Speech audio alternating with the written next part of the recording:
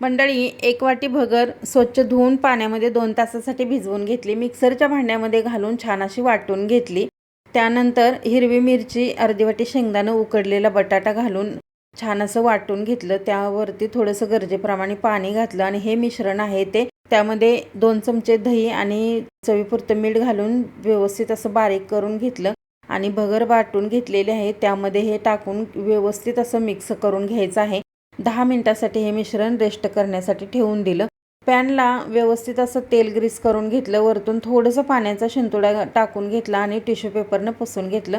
त्यामुळे पॅनचं टेम्परेचर एकदम मिडियम राहतं. 2 चमचे आहे ते बॅटर आहे ते यावरती ओतून घेतलेलं आहे आणि छान असं पसरवून घेतलं. वरतून तेल टाकून घ्यायचं आहे आणि छान असा आपला हा भगरीचा डोसा तयार झालेला आहे.